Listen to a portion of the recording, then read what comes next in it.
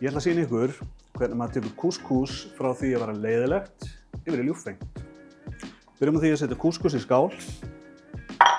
Hellum svo yfir sjóðandi kjúklingasoði, ekki bara vatni. Hlutföllin er einföld. Það er 1,5 bolli af vökva á móti 1 bolli af kúskús.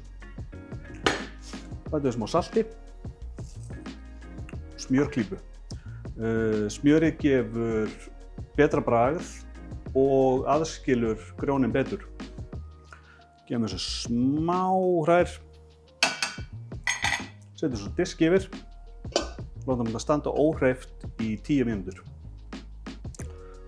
Svo þegar 10 mínútur eru liðnar, þá er kúskúsið búið að draga í sér akann og fituna úr smjörinu.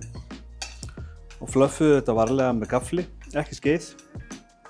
Og til þess að taka þetta upp á næsta level, ferskar kryddjurtir, ég er að nota myntu og steinselju, pistasíður, fetaost og sítrónubörk til að fá smá sýru og birtu.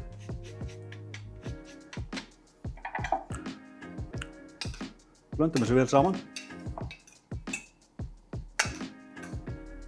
Þá er þetta ekki lengur með leiðilegt kúskús, þetta er ljúffengt kúskús.